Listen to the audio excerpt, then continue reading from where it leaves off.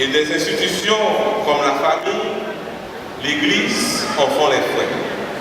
Nous proposons cet après-midi de faire avec vous le tour d'horizon du parcours suivi par la jeunesse haïtienne de 1986 à nos jours.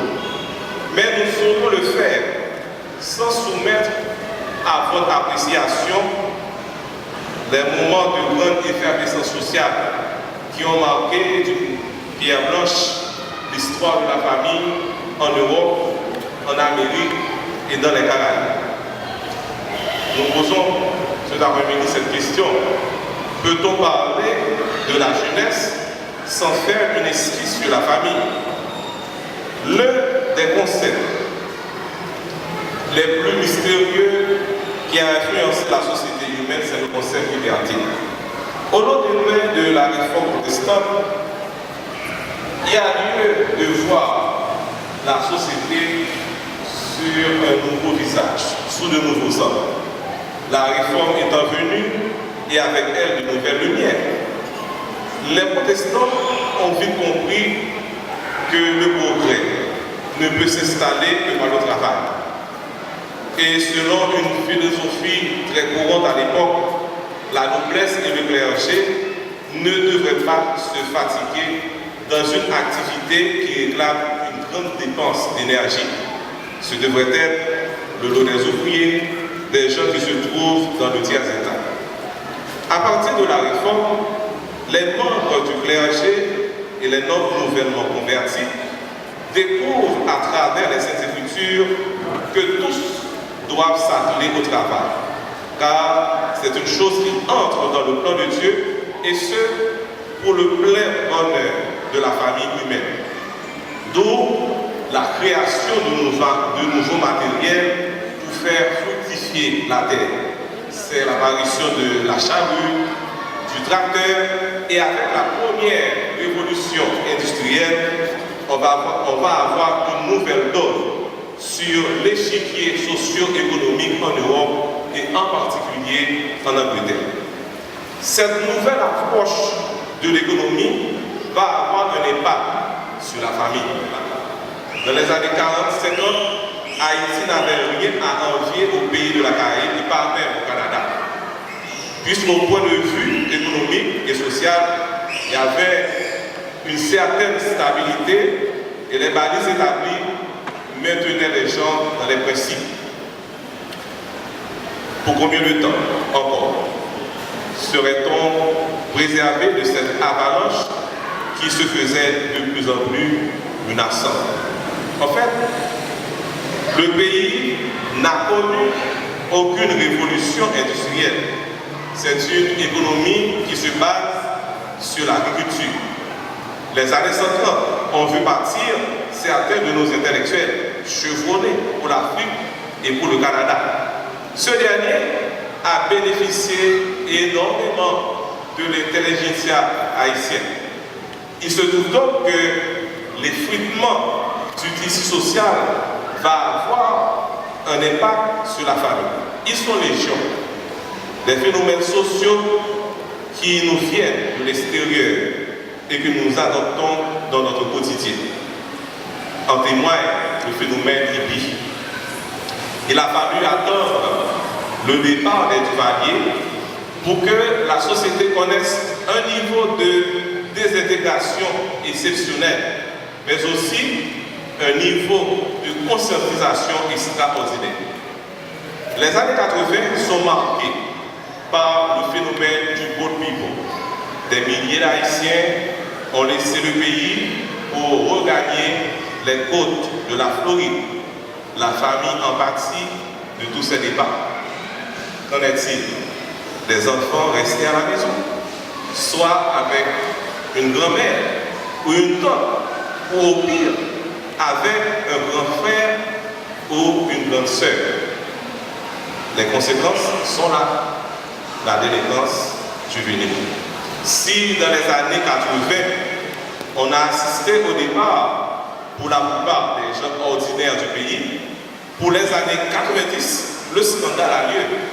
Le pays est éventré car l'imminence crise du pays est partie.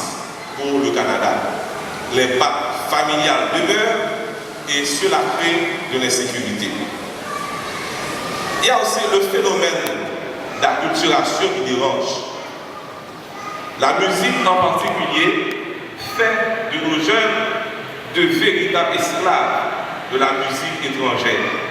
Pour la plupart, les messages qui y sont insérés orientent la vie de nos jeunes dans le mauvais sens.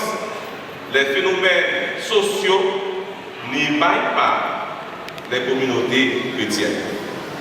À l'école, par exemple, nous avons reçu une formation classique, tandis que dans la plupart des pays développés, on peut être ingénieur et à la fois menuisier. Donc ici en Haïti, quand on est ingénieur, on n'a pas de métier, eh bien, on est obligé de devenir ingénieur. Le libertinage sexuel encouragé par le cinéma, les médias et dans la plupart des cas, malheureusement, par l'Église. C'est Salomon, dans le livre des Proverbes, qui nous apporte un message d'espérance. Il réclame aux jeunes de la retenue. Dans le Proverbe 1er, le verset 10, il est dit: mon fils, si des pécheurs veulent te séduire, ne te laisse pas gagner. Vous voulez répondre avec moi? Mon fils, si des pécheurs veulent te séduire, encore une fois, mon fils, si des pécheurs veulent te séduire, ne te laisse pas gagner. Paul se renchérit dans le livre de Timothée où il est dit: fuis les passions de la jeunesse et recherche la justice, la foi, la charité, la paix, avec ceux qui invoquent le Seigneur de cœur pur. De Timothée 2, verset 22. Merci beaucoup, frère Amos. Bonsoir à tous. Encore une fois, j'ai énormément de plaisir à pouvoir être là cet après-midi et de ce panel. Tout d'abord, je tiens à vous dire que le sujet dont je vais discuter avec vous cet après-midi est un sujet qui est très très vaste. Il y a des gens qui ont fait des thèses de doctorat dessus. Donc, ce n'est pas dans la période de temps qui nous est impartie cet après-midi qu'on pourra épuiser la chose. Cependant, avec les minutes qui me sont allouées, on va pouvoir effleurer cette chose-là. Il est aussi important de préciser que les défis que rencontre la jeunesse en Amérique du Nord et les défis que rencontre la jeunesse ici en Haïti sont diamétralement opposés. Ils se rejoignent dans certains aspects, mais certainement pas dans tous. Alors, par conséquent, la perspective que je vais présenter, c'est une perspective plutôt nord-américaine. Si nous voulons connaître les défis que rencontre la jeunesse, nous devons d'abord savoir qui est cette jeunesse. Cette jeunesse, c'est les petits-enfants des bâtisseurs. Les bâtisseurs, ils sont nés dans les années 30 et ce sont eux qui ont fondé l'Église. Ce sont les piliers de l'Église, les bâtisseurs. Et c'est pour ça qu'on les appelle des bâtisseurs. Donc ils sont très travailleurs, ils travaillent beaucoup, ils sont très traditionnalistes. Ils aiment la musique qui est lente, la musique classique. Et en général, ils sont très peu enclins au changement, ce sont les bâtisseurs. Cette jeunesse sont les petits-enfants des baby-boomers. Les baby-boomers sont, ou les enfants des baby-boomers, ça dépend. Ils sont nés dans les années 50, après la guerre 39-45, la Deuxième Guerre mondiale, ou la guerre européenne, ça dépend comment vous vous l'avez appelé.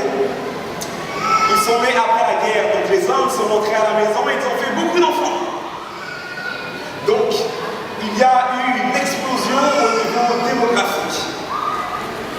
Ils sont nés dans une période de prospérité. Ils ont des excellents travails. Donc, ils conduisent de belles voitures en Amérique du Nord, ils ont de belles maisons. Ce sont eux qui dirigent l'Église, les baby boomers. Ils sont traditionnels, mais ils peuvent faire des concessions. Ils sont nés dans la génération X, ou ce sont des Y. La génération X, ce sont ceux qui sont nés en 70. Et eux, ils sont nés dans une période d'austérité. Si vous vous rappelez, en 1973, il y a eu un choc pétrolier. Et ce choc pétrolier-là a fait qu'il y a eu beaucoup de chômage en Amérique du Nord. Et à vrai dire, à travers le monde, même en Europe. Donc ils sont nés dans une période de récession économique. Lorsqu'ils sont sortis de l'école, ils ont été à l'école, ils pensaient que lorsqu'ils iraient à l'école, ils auraient du boulot. Mais ils n'ont pas eu de travail. Donc ils devaient accepter des postes moins bien rémunérés. Et ils étaient trop qualifiés pour cela. Ce sont ceux qui sont nés dans les années 70.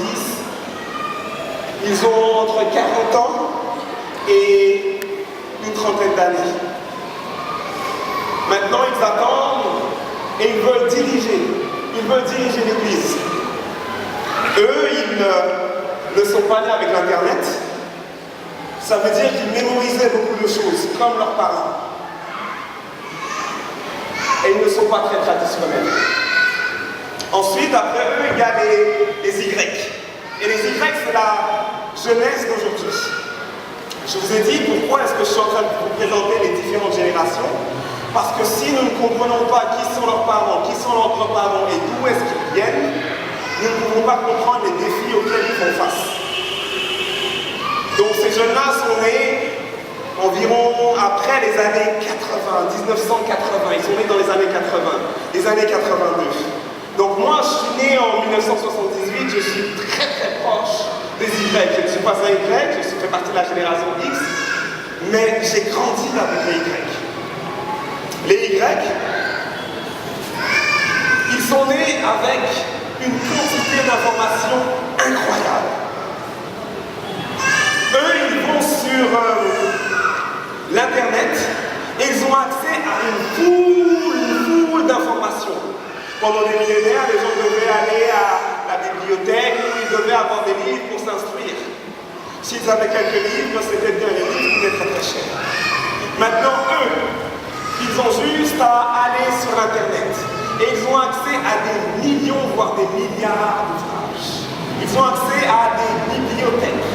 Ils ont accès à des choses que peut-être vous et moi, nous n'avons jamais entendu parler.